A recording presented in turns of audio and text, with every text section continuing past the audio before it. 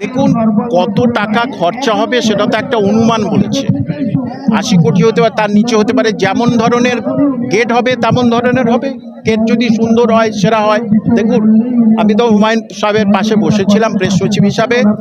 Dubai থেকে তারা দুবাইয়ের যে রাজপুত্র বলেছে, আমি তো ছিলাম, দুবাইয়ের রাজপুত্র বলেছে যে আমি হচ্ছে গিয়ে কত কেজি সোনা দেবো এই মসজিদের জন্য। আসাদুদ্দিন ওয়াইসির খুব স্ট্রং, নওশাদ ভাই খুব স্ট্রং, ইনি তো স্ট্রং।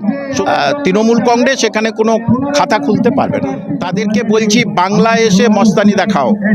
দুধ থেকে অনেক ডায়লগবাজি দিতে পারে। সিনেমায় ভিলেনরা ডায়লগ দেয়, দেখেছেন তো? প্রকৃত নায়ক হচ্ছে হুমায়ুন কবির। আসো, দেখুন, বার্তা দেওয়ার কিছু নেই। লক্ষ লক্ষ মানুষ এখানে চলে এসেছেন। আমরা তো মাইকিং করিনি মমতা ব্যানার্জির মতো, 100 টাকা দেইনি যে আসো, আর বিরিয়ানি দেইনি যে আসো। এখানে মানুষ ভালোবাসায় চলে এসেছে।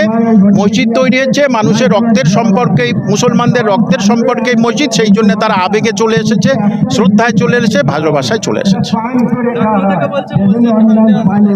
আমি তো বললাম লখনৌ থেকে তাদেরকে বলছি, বাংলায় এসে মস্তানি দেখাও। দুধ থেকে অনেক ডায়লগবাজি দিতে পারে। সিনেমায় ভিলেনরা ডায়লগ দেয়, দেখেছেন তো? প্রকৃত নায়ক হচ্ছে হুমায়ুন কবির। আসো, তুমি কেমন ভিলেন তুমি বুঝে যাবে বাংলা এসে মস্তানি করো। তুমি কেমন ভিলেন তুমি বুঝে যাবে বাংলা এসে মস্তানি করো। দুধ থেকে অনেক অনেক কিছু বলতেই পারে। যদি এটা ইলিগ্যাল হতো, অসাংবিধানিক হতো, তাহলে কিন্তু বিজেপি সরকার এনআই এর মাধ্যমে এটা বন্ধ করে দিত, কিন্তু কিছু করে।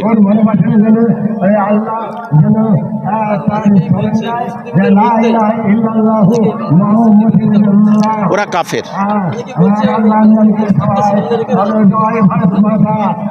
এই পশ্চিমবঙ্গে যে বলছে তারা তৃণমূলের ঠেকা নিয়ে বসে আছে। মমতা ব্যানার্জি যে 3টে মন্দির করেছে, তখন কোথায় ছিলেন আপনি? তখন কোথায় ছিলেন? আমাদের ভোট নেবেন আর একটা জামা মসজিদ করবেন না পশ্চিমবঙ্গে, কিন্তু মুসলমানরা ওই মসজিদ নিজেরাই তৈরি করবে। কোনো অমুসলমানদের মসজিদ তৈরি ইসলামে নেই। যে তখন ওরা কোথায় ছিল? এরাই সব ইহুদি নাসারা। এরা ইহুদি নাসারা। এদের এখন রুজি রোজগার কমে যাবে, ওয়াজ মহফিলে এদের আর লোকই যাবে না। সেই জন্যেই এরা এরম বলছে। এবং দাড়ি টুপি থাকলে সে যে ইসলাম ধর্মাবলম্বী হবে এমন কোনো কথা না। নাম থাকলে সে যে ইসলাম ধর্মাবলম্বী এমন কোনো কথা নয়। এদের মধ্যে ইমানের অভাব আছে। আগে ইমানটা তৈরি করুক। মসজিদ তৈরি করছেন, তাহলে আপনি মসজিদে নামাজ পড়তে যান কেন? আপনি বাইরে নামাজ পড়বেন, মসজিদে নামাজ পড়বেন না। যে সুতরাং এদের বার্তা হচ্ছে কে মানুষ এদেরকে বয়কট করেছে এবং করবে।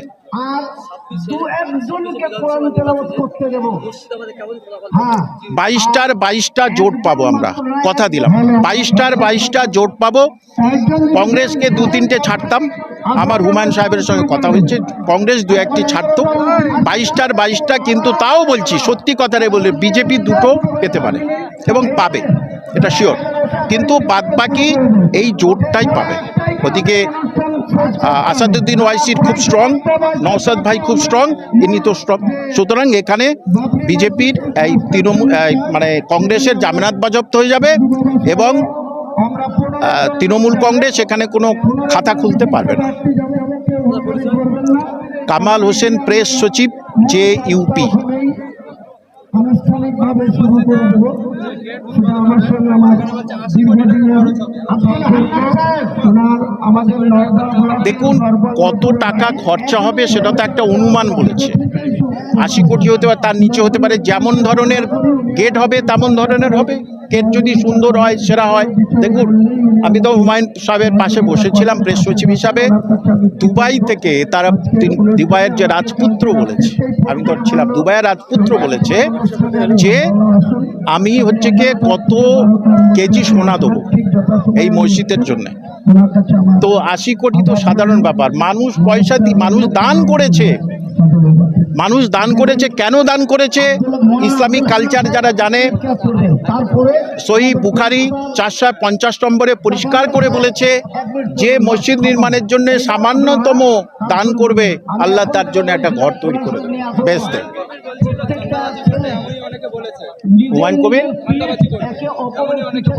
তো তোমরা তো সিবিআই লাগাও, ইডি লাগাও। ধান্দাবাজি করলে মানুষের এত সমাগম হয়? এত মানুষ আসে বলুন আপনি তো? মমতা ব্যানার্জি তো স্লোগান দিয়ে দিয়ে মানুষ ডেকে আনে, পয়সা দিয়ে, বিরিয়ানি দিয়ে। এ তো মানুষ ভালোবেসে এসছে, এটা ধান্দাবাজি কোথায়? যাদের ধান্দার অভাব হবে তারাই এই কথাটা বলছে, ঠিক আছে?